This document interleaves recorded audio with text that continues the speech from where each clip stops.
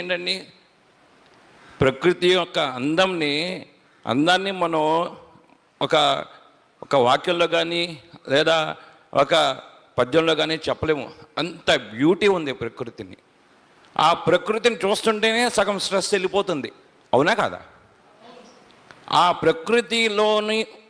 ప్రకృతిలోకి వచ్చి చక్కగా ప్రకృతిని ఆహ్లాదిస్తూ మనసు విప్పి మాట్లాడుకోండి, మనసు విప్పి నవ్వుకోండి, మనసు విప్పి మీ యొక్క బాధల్ని మర్చిపోయి చక్కగా ఒక్క 10 గంటలో 8 గంటలో 6 గంటలో మీరు ఉంటున్న సమయాన్ని మీరు ఎంజాయ్ చేయండి అని మన పూర్వీకులు ఈ వన్న భోజనాలు కానీ గార్డెన్ పార్టీస్ కానీ ఈ ప్రకృతి యొక్క గార్డెన్స్లో తోటల్లో పెట్టారు.